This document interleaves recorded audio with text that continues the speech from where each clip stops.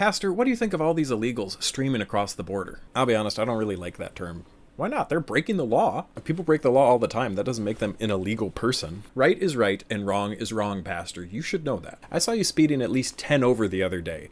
Does that make you illegal? Well, that's different. I was on my way to work to provide for my family. That's the same thing a lot of these migrants and asylum seekers are saying. Really? I don't think anyone would walk in 100-degree heat for days on end unless they had a very good reason for doing so. I appreciate that the journey is hard, but why can't they just follow the law? Do you know how legal immigration works on the southern border? I imagine they fill out some paperwork and they just get let in. I was just in El Paso on a young adult border immersion trip, and we learned all about this process. It's actually way more arbitrary and complicated than I originally thought. How does it work? Migrants or asylum seekers have to physically travel to the border, which is incredibly dangerous and expensive, and then they all have to download the CBP One app. They fill out their information, and then they wait for an interview with a government official. How many of these interviews happen each day? Just under 1,500.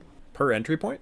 No, across the entire U.S. southern border. And how many people are waiting legally to enter? That's really hard to say. I couldn't find good data on it, but the Border Patrol lists 180,000 encounters. Oh, in March. What? Yeah, last year there were around 2.4 million encounters that the Border Patrol listed. I would say it's safe to assume that most of these individuals tried to enter legally, but were tired of waiting. If there were roughly 1,500 interviews granted per day, that means 530,000 people had the chance to interview last year out of the 2.4 million, at least, who wanted to enter. 2.4 million? This really is an invasion. I don't really like that term either.